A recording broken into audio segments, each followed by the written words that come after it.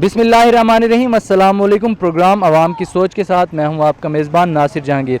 नाज़रीन, जिनसी ज़्यादती के बढ़ते वाक़यात, बच्चों के साथ जिस तरह से जिनसी ज़्यादती के वाक़यात पेश आ रहे हैं, डोमेस्टिक वायलेंस जो है वो आजकल हो रहा है, इसी हवाले से आज हम बात करेंगे वकला हज़रात से, आम आवाम से उनकी राय लेंगे। वकला हज़रात से बात करेंगे उस हवाले से जो कवानीन हैं उन पे जो है किस हद तक इम्प्लीमेंटेशन हो रही है, किस हद तक जो है उन कवानीन पर अमल दरामद हो रहा है, इसी हवाले से गुफ्तगू होगी। मेरे साथ रहिएगा। अच्छा, डोमेस्टिक वायलेंस के हवाले से बताइएगा, जिस तरह से ख़वातीन के साथ आजकल ज़्यादती के वाक़यात पेश आ रहे हैं, तो इस हवाले से क्या कहेंगी, क्या क्या कवानीन मौजूद हैं और कहाँ किस हद तक जो है इम्प्लीमेंटेशन हो रही है? देखिए, इम्प्लीमेंटेशन एज सच कानून तो हैं, कानून है, लेकिन इम्प्लीमेंट एज सच इसलिए नहीं हो रहा कि ख़वातीन घरों से बाहर निकलती नहीं हैं आके अपने प्रॉब्लम्स बताने के लिए। हमारा 2010 का इस्लामाबाद का एक बाकायदा एक लॉ बना हुआ है, एक बाकायदा एक फ़ोरम है यहाँ पर भी कि अगर कोई इस तरह का इशू हो तो ख़वातीन वहाँ जा सकती हैं, अपनी शिकायत वगैरह बता सकती हैं वहाँ पे जाके। लेकिन होता नहीं है, इम्प्लीमेंट इसलिए नहीं हो रहा कि ख़ुद ख़वातीन बाहर नहीं निकल रही। पंजाब में भी बड़ा अच्छा इसके हवाले से एक फ़ोरम बना हुआ है कि आप कॉल करके भी फ़ौरन बता सकते हैं कि जी हमारे साथ ये इशू है, और वहाँ पे कानून हरकत में आता है उस सूरत में कि ख़ुद जिसके साथ बीत रही है वो बताएगा, कोर्ट में आएगा, कहीं सामने आएगा तो ही कानून हरकत में आ सकता है। इसलिए इम्प्लीमेंटेशन कम है, कानून मौजूद हैं, लेकिन उन पर काम अमल दरामद इतना नहीं हो पा रहा। अच्छा, ये बताइएगा, नूर मुकद्दम केस जो है अभी रिसेंटली ये वाक़या पेश आया, बड़ा ही अफसोसनाक वाक़या था, तो ये बताइएगा इसमें किस हद तक किसका कसूर है? कानूनी पहलुओं से भी आप ज़रा जो है इस पे, आप ज़ाहिर सी बात है आपकी गहरी निगाह रखती हैं आप, तो इस हवाले से ज़रा बताएं कि किस हद तक जो है माशरती ज़िम्मेदारियाँ क्या हैं और किसका इसमें कसूर है? देखिए, कसूर तो अभी जब तक, क्योंकि केस अभी पेंडिंग है, हम ये नहीं बता सकते कि कसूर किसका है इसमें ज़्यादा, वो तो कोर्ट ही डिसाइड करेगी, हम खुद जजमेंटल नहीं हो सकते कि कसूर किसका है। बहरहाल अगर हम माशरती नज़र से देखें तो ख़वातीन का भी इसमें कसूर है जो मौका दे रही हैं इस तरह मर्दों को, और डेफिनेटली जो उसने किया है वो तो उसको तो किसी सूरत भी माफ़ नहीं किया जा सकता। अच्छा, मेरे साथ एक और लॉयर मौजूद हैं, इनके कोलीग हैं, इनसे बात करते हैं कि चाइल्ड अब्यूज़ के हवाले से ये क्या कहेंगे, कौन कौन से लॉज मौजूद हैं और किस हद तक जो है उन पे इम्प्लीमेंटेशन जो है हो रही है। देखें जी, बिस्मिल्लाहिर्रहमानिर्रहीम। जो चाइल्ड अब्यूज़ के हवाले से चाइल्ड प्रोटेक्शन ब्यूरो भी हमारे मुल्क के अंदर मौजूद हैं। इसके अलावा हमारे, आप ये देखें कि इवन जो सोशल मीडिया है, ख़ास तौर पर मैं ये कहना चाहूँगा, सोशल मीडिया के हवाले से सोशल मीडिया बड़ा एक्टिव रोल अपना प्ले कर रहा है आजकल के दौर में। बहुत सारे ऐसे प्रेसिडेंट आपके सामने आए हैं, जिस तरह कसूर के वाक़यात हैं, कसूर में भी जो चाइल्ड अब्यूज़ के बहुत सारे वाक़यात सामने आए। इसके अलावा एक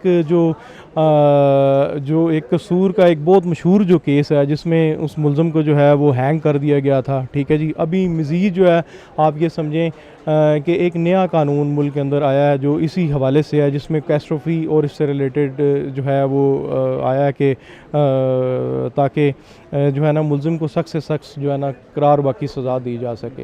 अच्छा, बहैसियत आम शहरी, क्या आप हुकूमत से ये मुतालबा करेंगे कि क्या समझते हैं कि अगर सरेआम फांसी दी जाए, जो चाइल्ड अब्यूज़ जो है, जिस तरह से बच्चों को हरासा करते हैं, बच्चों के साथ ज़्यादती करते हैं, तो अगर उनको सरेआम फांसी दी जाए तो क्या समझते हैं किस हद तक इन पे जो है ना काबू पाने में जो है मदद मिलेगी? देखें, ये तो बात यह है कि इस तरह का जो कानून है जो हैंग किया जाए, दीगर ममालिक के अंदर हर मुल्क के जो भी कानून है वो अपने उनके कल्चर और अपने जो है आप ये समझें कि समाज को सामने रख के बनाए जाते हैं। हमारे मुल्क के अंदर चूँकि शायद अभी तक जो है इस चीज़ को एडमिट नहीं किया जा रहा, हालांकि इस बहुत सारे वाक़यात जब ऐसे हुए, तैयबा कत्ल केस आप देख लें, एक बड़ा हमारे मुल्क का एक आप ये समझें कि बदकिस्मत वाक़या है, और उस जब वो वाक़या हुआ तो उसके पेरेंट की तरफ से भी यही आवाज़ उठाएगी कि आप जो है इस कातिल को जो है हैंग करें। लेकिन बजाय कि ये, अब चूँकि कानून साजी का एक ये इसमें है इशू है, ये पार्लियामेंट की मर्ज़ी है, ये क्योंकि जो कॉमन ज्यूरिस्ट हैं वो बैठ के ही फ़ैसला कर सकते हैं कि इसके हवाले से जो है क्या कानून बनाया जाए, आया कि मुलज़िम को हैंग किया जाए या बिहाइंड दी बार जो है उसको सज़ा दी जाए। लेकिन मेरे ख़्याल में जो है होना तो यही चाहिए कि इस तरह के मुल्ज़िम को एक आप ये समझें कि प्रेसिडेंट बना दें, ताकि दूसरा जो है मुल्ज़िम कोई भी इस तरह का एक्ट करने से पहले 10 दफ़ा सोचे। मेरी अपनी ओपिनियन ये है। बताइएगा, बच्चों के साथ जिस तरह से ज़्यादती के वाक़यात पेश आ रहे हैं आजकल, ख़वातीन के साथ जो है ख़वातीन को हरासा किया जाता है, क्या कहेंगे उस हवाले से? क्या मुतालबा करेंगे हुकूमत वक्त से कि क्या कवानीन मौजूद होने चाहिए, क्या उन पे इम्प्लीमेंटेशन होना चाहिए? सर मैं तो ये कहता हूँ कि अगर ये हुकूमत हमारी सही होती ना तो ये वाक़यात कभी होते ही नहीं, क्योंकि हुकूमत ही हमारी ये है ना ढीली है। वो ऐसा है कि क्योंकि मुल्ज़िम को पकड़ लेते हैं, लेकिन उसको वो वकील के पास या उसकी पेशी करने का क्या फ़ायदा?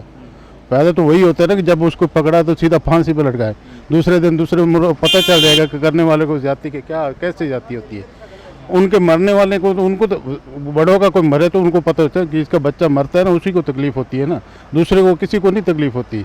हम लोग बैठे हैं, छोटे बच्चे हमारे हैं, जब बच्चा हमारा मरता है ना तो हमारा एक बार जिगरा फाड़ जाता है, सीना फाड़ जाता है। ज़्यादती और उसके बावजूद ये हुकूमत हमारी कुछ नहीं, ये फारिग है।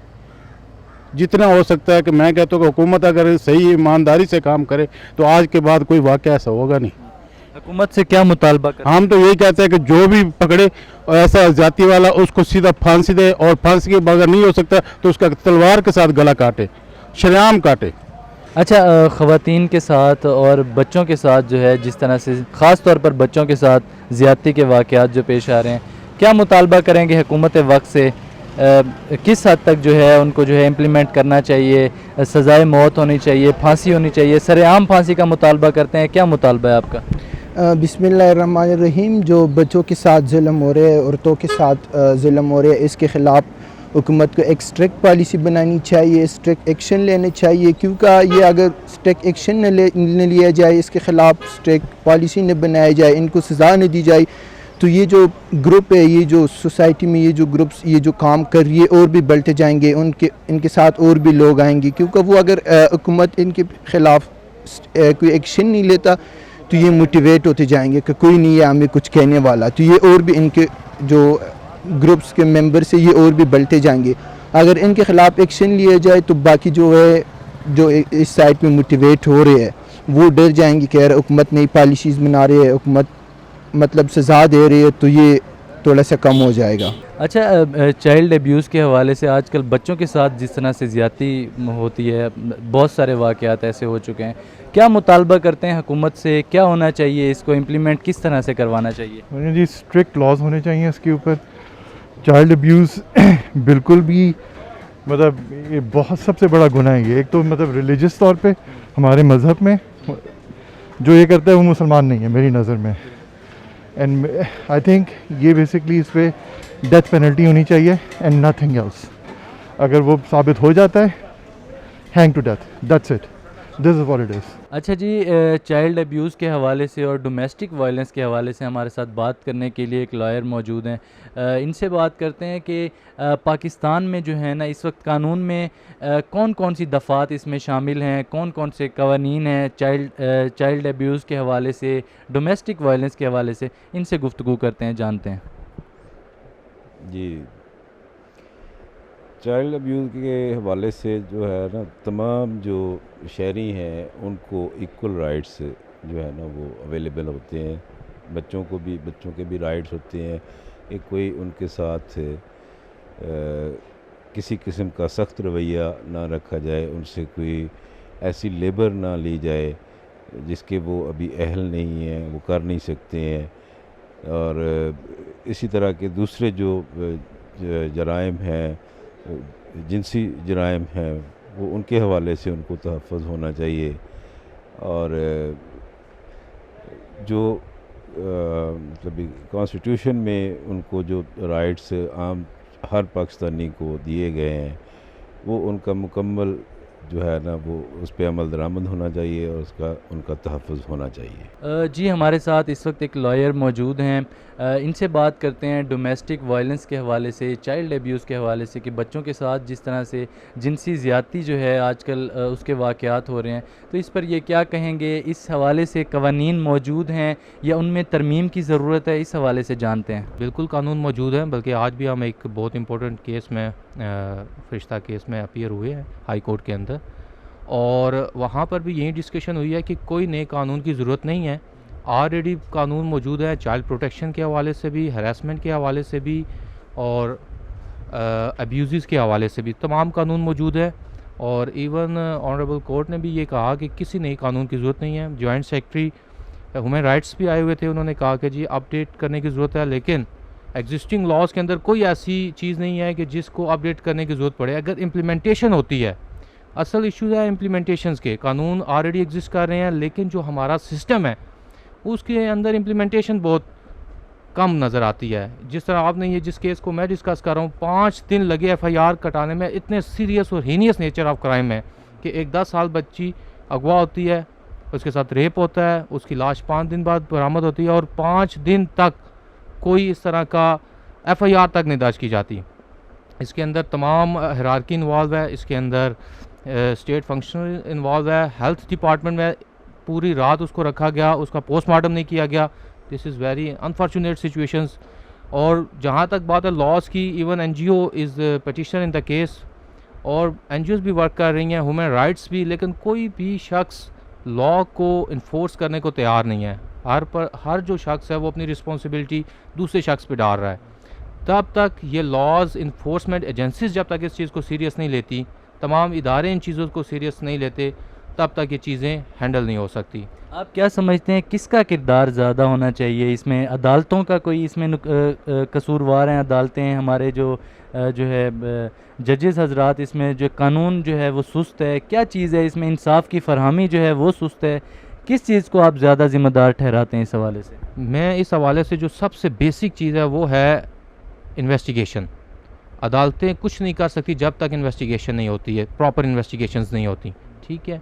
और इन्वेस्टिगेशंस का तरीका अभी रिसेंटली 2020 के अंदर भी क्राइम रिपोर्ट बुक भी बनी हुई है, लेकिन उसके बावजूद आज सारे इदारों ने आलमोस्ट एडमिट किया कि वो रिस्पॉन्सिबल है और वो अपनी फंक्शन जो है प्रॉपरली परफॉर्म नहीं कर सके। इवन इस केस के अंदर भी 3 रिपोर्ट्स आई हैं जिसमें जो है पुलिस डिपार्टमेंट को भी और बाकी हेल्थ डिपार्टमेंट को भी रिस्पॉन्सिबल डिक्लेयर किया गया और कहा गया कि चंद ऐसे उसमें थे एडमिनिस्ट्रेटिव के हवाले से भी कि इनको सज़ाएँ भी दी जाएँ। लेकिन बात वही है कि एट द एंड जो मलबा है वो सबसे छोटे ऑफिसर पे डाल दिया जाएगा और उसके हद तक कुछ सज़ा शायद हो सकती है। और सबसे ज़्यादा जो यही रिस्पॉन्सिबिलिटीज़ हैं वो सारे अदालतें कुछ नहीं कर सकती जब तक एविडेंस प्रॉपर क्रिएट नहीं किया जाता। और अदालतों का आई थिंक इतना रोल नहीं है जितना कि इन्वेस्टिगेशंस का और बाकी इन सारी चीज़ों का रोल है। और अगर तो इन्वेस्टिगेशन प्रॉपर होती है तो मेरे ख्याल से कोई भी मुल्ज़िम जो है वो सज़ा से नहीं बच सकता। अच्छा जी, हमारे साथ इस वक्त एक और लायर मौजूद हैं, इनसे बात करते हैं कि डोमेस्टिक वायलेंस के हवाले से, चाइल्ड अब्यूज़ के हवाले से क्या कवानीन मौजूद हैं, किस हद तक वो इम्प्लीमेंट हो रहे हैं और इस हवाले से मज़ीद जो है क्या कवानीन लाए जा सकते हैं? देखें, अभी मैं ये देखता हूँ कि जो रिसेंट गवर्नमेंट है, करंट गवर्नमेंट है, वो इन चीज़ों पे काफ़ी फोकस कर रही है। वो क्योंकि ओवर द ईयर्स आप देखें पाकिस्तान में ये चाइल्ड अब्यूज़ के वाक़यात में बहुत रैम्पेंट इजाफ़ा हो गया है। इसी तरह लेडीज़ के ख़िलाफ़ जो है जो वायलेंस है उसमें भी बहुत इजाफ़ा हो गया है। अभी गवर्नमेंट ने जो है ये जो चाइल्ड अब्यूज़ के हवाले से हुआ है तो इसमें भी कानून साजी हुई है। और पहले तो हमारे जनरल लॉ जो PPC है, पाकिस्तान पीनल कोड, उसमें तो लॉज ऑलरेडी मौजूद थे, लेकिन अभी स्पेशल प्रोविजंस ये जो चाइल्ड अब्यूज़ के बारे में हो रही हैं, इसी तरह जो वुमेन अगेंस्ट वायलेंस है इसके ऊपर स्पेशल नए कवानीन बन रहे हैं। सो मच सो कि इवन ये वालदैन के अगेंस्ट जो वायलेंस होते थे, बूढ़े वालदैन का, इसका भी अभी कानून आया है। तो ये इस वक्त इस गवर्नमेंट की अप्रिशिएबल है कि उन्होंने इन तीनों चीज़ों के ऊपर फोकस किया है, ख़ुसूसन चाइल्ड अब्यूज़ के बारे में, कि अब जो चाइल्ड अब्यूज़ में जो लोग कन्विक्ट होंगे स्पेशल कोर्ट्स का उसमें क़याम लाया गया है और उसको स्पीडी ट्रायल के तौर पे लिया जाएगा।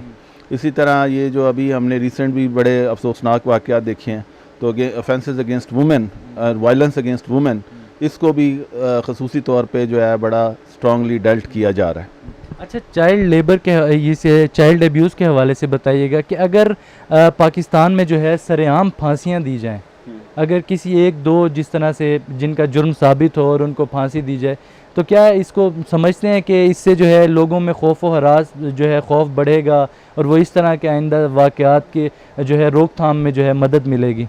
देखिए, ये बड़ा डिफ़िकल्ट सा सब्जेक्ट है ऑनेस्टली, क्योंकि इसमें सरेआम फांसियों वगैरह का अब we are living in this 21वीं सदी में हम जब रह रहे होते हैं तो हमने कोई इंटरनेशनल नॉर्म्स को भी देखना होता है, लेकिन हम इसके ऊपर काबू पा सकते हैं अगर हमारी जो इन्वेस्टिगेटिंग एजेंसीज़ हैं, हमारे लॉ एंड ऑर्डर्स वाले हैं, उसमें कोई कल्प्रिट जो है अगर वो स्कॉट फ्री नहीं जाता, बच के नहीं जाता, वो फौरी तौर पे अरेस्ट होता है, उसका जैसे हम अदालतें के आम लाई जा रही हैं कि वो स्पीडी ट्रायल उनका हो, तो जब वो स्पीडी ट्रायल होगा दे विल बी कन्विक्टेड। तो जब उसके अंदर डेथ सेंटेंस ऑलरेडी मौजूद है, तो अगर उनको उस तरह भी डेथ सेंटेंस दी जाएगी तो वो भी अगर हम उसको, हमारा मीडिया उसको जो है पब्लिश करेगा, लोगों के सामने लाएगा कि देखें ये एक भयानक मुजरिम था, इसको सजाए मौत तक हुई है, तो ये भी इसके अंदर बहुत कंट्रीब्यूट करेगा कि ये आइंदा इस किस्म के जुर्म ना हों। अच्छा, डोमेस्टिक वायलेंस के हवाले से बताइएगा, और दूसरा बच्चों के साथ जो है आजकल ज़्यादती के वाक़यात पेश आ रहे हैं, तो किस हद तक जो है हुकूमत जो है इसको अमल दरामद करवा रही है, कवानीन क्या क्या मौजूद हैं, इस हवाले से ज़रा ब्रीफली जो है आगाह कीजिएगा। बिस्मिल्लाहिर्रहमानिर्रहीम। जावेद सलीम शोरश, एडवोकेट, मेंबर, साबिक मेंबर इस्लामाबाद बार काउंसिल।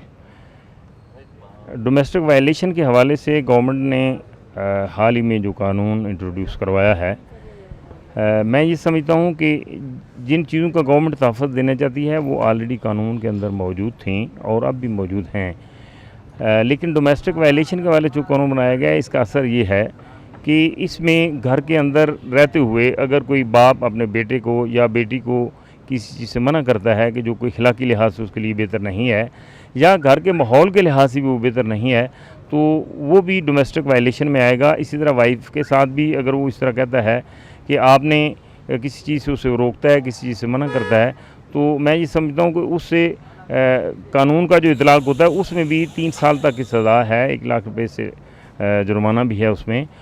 मैं समझता हूँ कि ये हमारा घरेलू जो माहौल होता है, चादर और चारदारी का तहफ़्फ़ुज़ है, उसके अंदर ये मुदाखलत के मुतरादिफ़ है। दूसरी बात ये है कि बच्चे मुख्तलिफ़ स्टेज के होते हैं, वो भी होते हैं जो बिल्कुल बहुत छोटे होते हैं, मीडियम एज के भी होते हैं, आकिल और बालिग भी होते हैं, लेकिन हमारे यहाँ जो ऑलरेडी क़वानीन हैं उनको अगर देखा जाए तो बाप की ये ज़िम्मेदारी है कि वो बच्चों की प्रोटेक्शन करे, बच्चों की वेलफेयर को मद्देनज़र रखे। उस हवाले से हमारा गार्डियन एंड वार्ड्स एक्ट है, उसमें तमाम क़वानीन दिए गए हैं बच्चों की कस्टडी के हवाले से, बच्चों की देखभाल के हवाले से, बल्कि गार्डियन वार्ड्स एक्ट में बड़ा वाज़ेह तौर पर वेलफेयर ऑफ द माइनर जो है वो बेसिक लॉ है, जिसके तहत माँ और बाप दोनों इस चीज़ के पाबंद होते हैं कि वो बच्चों की लुक आफ्टर करें। लेकिन अगर घर के अंदर अगर हम उन्हें बुरी बात से नहीं रोकेंगे या ऐसी बात जो घर के माहौल को ख़राब करती हो नहीं रोकेंगे, तो उससे मैं समझता हूँ कि घर का माहौल तबाह हो जाएगा। आप बाप को ये तो ज़िम्मेदारी देते हैं कि वो बच्चों को नानो नफ़का दे, उनकी तमाम ज़रूरियात पूरी करे, उनकी तालीम दिलाए, वो सारा करे, लेकिन आप बाप को ये हक़ देने के लिए क्यों तैयार नहीं हैं कि वो बाप जो है उस बच्चे की भलाई के लिहाज से उसको मद्देनज़र रखते हुए उसको वो रोक टोक कर सकता है, उसको समझा सकता है। और इसी तरह जो हमारी वाइफ्स हैं, वो बीवियाँ होती हैं, वो बहुत काबिल एहतराम होती हैं, घर की फ़र्द होती हैं, लेकिन उसको भी शरीयत ने भी इस बात की इजाज़त दी है, कानून में भी इस चीज़ की इजाज़त दी है कि वो भी लिमिट्स के अंदर रहते हुए अपनी ज़िम्मेदारियाँ अदा करें। लेकिन अगर आप लोगों को इस तरह की सोच देंगे कि कोई खातून जो वो कहे जी जो मेरी मर्ज़ी है मैं करूँगा, मुझे करूँगी, मुझे कोई रोकने वाला नहीं, मुझे कोई रोक टोक नहीं कर सकता, तो मैं समझता हूँ कि उससे हमारा ख़ानदान का निज़ाम जो है वो तबाह होगा, जो इस्लामी माहौल में जो दिया है वो उससे तबाह होगा। दूसरी बात ये है कि इस कानून के आने के बाद हमने बज़ाते खुद, आप ये देखें ना, अगर एक नौजवान बच्चा है वो किसी बच्ची को, नौजवान को साथ ले आता है और घर के अंदर वो कमरे में बंद हो जाते हैं और आप कहते हैं कि आप उसे वो पूछ नहीं सकते, वो अजनबी हैं, और दूसरी तरफ आप लोगों को ये भी शायद दे रहे हैं, हमारे मीडिया के ऊपर भी ये चीज़ें आ रही हैं कि वो ख़वातीन जो बिल्कुल आज़ाद सोच की हामिल हैं, वो कहती हैं कि ज़रूरी कि शादी का बंधन हो और उसके हम अंदर आएँ। तो इसका मतलब ये है कि आप तो यूरोप की वो तकलीद कर रहे हैं जो उनका मज़हब भी इजाज़त नहीं देता, लेकिन उनकी सोसाइटी का बिगाड़ जो है उसने उन्हें इस तरफ ले आया है। तो हमारा माशरा कम से कम इस बात की इजाज़त नहीं दे सकता। इस वजह से जो हालिया अमेंडमेंट्स हैं, अच्छा अब इसमें मसला ये होता है कि अगर कोई बंदा बच्ची के ऊपर तशद्दुद करता है, अपनी वाइफ के ऊपर तशद्दुद करता है या इवन ये भी हो सकता है कि बच्चे वायलेंट होकर बूढ़े वालिदैन हैं उनके ऊपर तशद्दुद शुरू कर देते हैं, या बीवी जो है वो इतनी एग्रेसिव है कि वो खामन के ऊपर ज़्यादती शुरू कर दी। तो उस हवाले से ऑलरेडी पीपीसी के अंदर कवानीन मौजूद हैं। कोई भी आदमी वायलेंट होगा, कोई बंदा अपनी बीवी के ऊपर भी तशद्दुद करने का हक़ नहीं रखता। अगर बीवी को ज़ख्मी कर देता है तो जो जुर्म बनता है उसके मुताबिक उसका दफ़ा का इतलाक़ होगा। और इस लिहाज से मैं ये समझता हूँ कि तमाम कवानीन मौजूद हैं। इसी तरह बच्चों के हवाले से भी है, मैंने बताया कि ह्यूमन प्रोटेक्शन के हवाले से हमारे कवानीन हैं।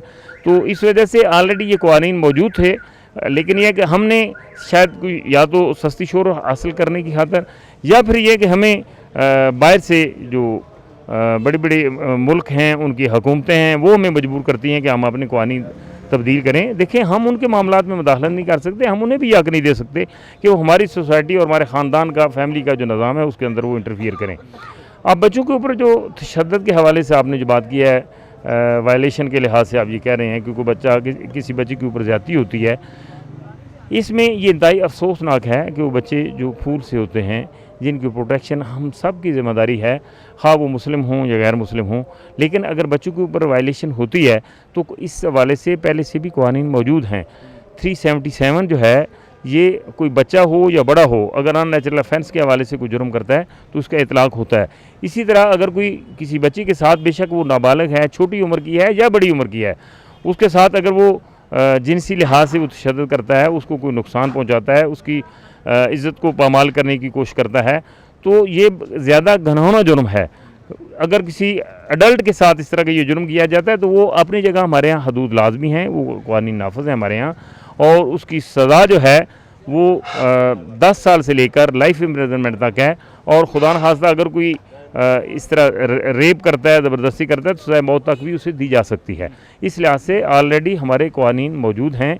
और इससे पहले भी ह्यूमन के राइट्स के हवाले से जो कवानीन आए थे मुशर्रफ साहब के ज़माने में, उसमें भी ये कवानीन मौजूद थे। और इससे पहले ज़िया-उल-हक़ साहब ने जो इस्लामाइजेशन ऑफ लॉज़ की और जो कवानीन आए, हदूद के कवानीन आए, वो तमाम इसके अंदर तहफ़्फ़ुज़ दिया गया है। बल्कि मैं ये समझता हूँ कि मुशर्रफ साहब के ज़माने में इन कवानीन को नरम करने की कोशिश की गई और उसमें ये सज़ा दी गई कि अगर कोई औरत या मर्द है उनके साथ कोई तल्लुक़ होते हैं तो वो कहते हैं कि अगर उसका ख़ावंद है उसको इतराज़ होता है तो उस पर वो जुर्म का इतलाक़ होगा। लेकिन इवन देन वो कानून के अंदर वो तरमीम नहीं ला सके जो वो चाहते थे, बावजूद इसके कि उन्होंने अपने अंदर जो उनका मैं समझता हूँ कि एक गैर मुतवाज़न उनकी जो शख्सियत थी, उन कवानीन को उनको लाने की उन्होंने कोशिश की। और अच्छा, मुझे ये बताइएगा, ये जो ख़वातीन औरत मार्च जो है हर साल जो है वो 8 मार्च को मुनक़िद किया जाता है, तो ये ख़वातीन इनको क्या समझते हैं, इनके बारे में आपका क्या मौक़िफ़ है, क्या अपना जो है आप पॉइंट ऑफ व्यू देंगे कि किस तरह के हकूक़ ये चाहती हैं, क्या मांग रही हैं? हालांकि दीन इस्लाम में जो है मुकम्मल ख़वातीन को आज़ादी है, एक हदूद में रहते हुए एक दायरा कार बनाया गया है ख़वातीन के लिए, तो क्या समझते हैं इस हवाले से, क्या ख़वातीन ये क्या चाहती हैं? असल में हमारी सोसाइटी का कोई तबका, ख़वातीन हों या मर्द हों या स्टूडेंट हों, उनको ये राइट है कि अगर कहीं उनके हकूक़ पामाल होते हैं तो उसके लिए वो आवाज़ उठा सकते हैं। लेकिन हमारी सोसाइटी के अंदर आप देखें कि हर साल एक कोई ना कोई दिन ऐसा ये ले आते हैं जिसमें ख़वातीन के हकूक़ वाले से बात करते हैं। पिछले दिनों भी जो हुआ था जिसमें उन्होंने कहा जी मेरा जिस्म मेरी मर्ज़ी, और ख़वातीन के हकूक़ उन्होंने मांगे। बेसिकली इसमें वो ख़वातीन शामिल हैं जो उसको लीड कर रही होती हैं, जो बज़ाते ख़ुद या तो उनकी फैमिली लाइफ डिस्टर्ब है या उन्होंने आज़ाद लाइफ इस तरह गुजारी है कि उन्हें इस चीज़ का एहसास ही नहीं है कि फ़ैमिली लाइफ क्या होती है, एक मुस्लिम कल्चर क्या होता है, इस्लामिक सोसाइटी क्या होती है। और हम इस बात को कंडेम करते हैं, इसलिए कि हम तो ख़वातीन को इस हद तक हकूक़ देते हैं कि किसी को कानूनन ये ज़रूरत भी नहीं कि उसकी मर्ज़ी के ख़िलाफ़ उसको वो टच कर सके। और ये जाए कि एक औरत जो है वो कहे जी मुझे इतनी आज़ादी दे दी जाए कि मैं जो मर्ज़ी है करती फिरूँ, इखलाक बाहतगी के काम करती फिरूँ, मुझे कोई रोक टोक करने वाला ना हो, तो ना इसकी इस्लाम इजाज़त देता है, ना हमारी सोसाइटी इस बात की इजाज़त देती है। और हमारा कानून जो है वो भी उसके अंदर भी हदूद लाजमी हैं और ख़वातीन को भी इखलाकी हदूद का पाबंद किया गया है। और इसी तरह एक कानून की एक दफ़ा के तहत उसमें यह है कि हालांकि ये बहुत छोटा सा जुर्म होता है कि अगर कोई लड़की और लड़का जो है वो जिनका कोई आपस में फैमिली रिलेशन या ना तो वो महरम हैं और ना ही वो मियाँ बीवियाँ हों, तो उसमें अगर वो छोटा सा भी जुर्म होता है तो उसकी भी सज़ा है।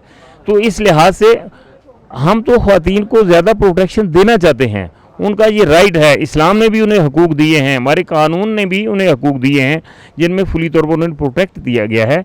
लेकिन अगर कुछ ख़वातीन ऐसी हैं कि जो बाहर से तालीमात लेकर या मजहबी लिहाज से उनका पता नहीं किस फ़िरके के साथ ताल्लुक़ है, लेकिन यह है कि वो हमारी मुस्लिम सोसाइटी को ख़राब करना चाहती हैं, हमारे इस माशरती माहौल को, हमारे ख़ानदान के निज़ाम को, हम इस बात की उन्हें इजाज़त नहीं दे सकते।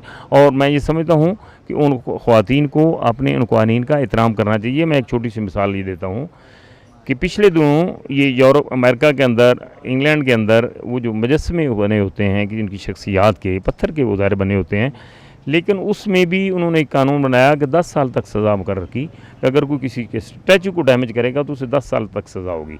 तो मैं ये कहता हूँ वहाँ जहाँ पर स्टैचू के लिए इतनी सज़ा मुकर्रर है, हमारे यहाँ अगर जिसके मुंह में जो आता है, कोई नाउज़ बिल्लाह मिन ज़ालिक तौहीन रसालत करने की कोशिश कर रहा है, कोई इस्लामी शार का मजाक कर रहा है, तो ये मुस्लिम सोसाइटी है जिसमें 98% मुसलमान रहते हैं। हम 98% आबादी के जो हकूक़ हैं उनके मज़हब और मिलत के मुताबिक हमें उनका एहतराम करना होगा। रही बात अक़लियतों की, हमने अक़लियतों को, हमारे कानून ने मुकम्मल आज़ादी दी हुई है कि अपने मज़हब के मुताबिक अपने इबादतगाहों के अंदर अपनी इबादत करें, आपस में अपने इबादतगाहों के अंदर अपनी प्रीचिंग भी करें। हम उनको उस बात से नहीं रोकते, लेकिन हम इस बात की इजाज़त नहीं दे सकते कि वो खुल्लम खुल्ला इस्लामी क़वानीन जो हैं उनका मजाक उड़ाएँ या उनके खिलाफ वो आवाज़ उठाएँ। अगर वो इस तरह करेंगे तो इसके लिए भी कानून मौजूद है जिसकी सज़ा से वो नहीं बच सकते। जी हमारी गुफ्तगू हुई बहुत सारे लोगों से, वकला हजरात से भी हमने गुफ्तगू की, डोमेस्टिक वायलेंस के हवाले से हमने ब्रीफली जो है उनसे जाना, कानूनी पहलुओं से भी, और चाइल्ड अब्यूज़ जिस तरह से बच्चों के साथ जिनसी ज़्यादती के वाक़यात हो रहे हैं उस हवाले से भी बहुत सारे लोगों ने जो है कहा, वकला हजरात ने कहा कि क़वानीन तो मौजूद हैं लेकिन जो है उनको इम्प्लीमेंट करने की ज़रूरत है। इसी के साथ ही आज के प्रोग्राम के साथ अपने मेज़बान नासिर जहांगीर को दीजिए इजाज़त। अल्लाह निगहबान।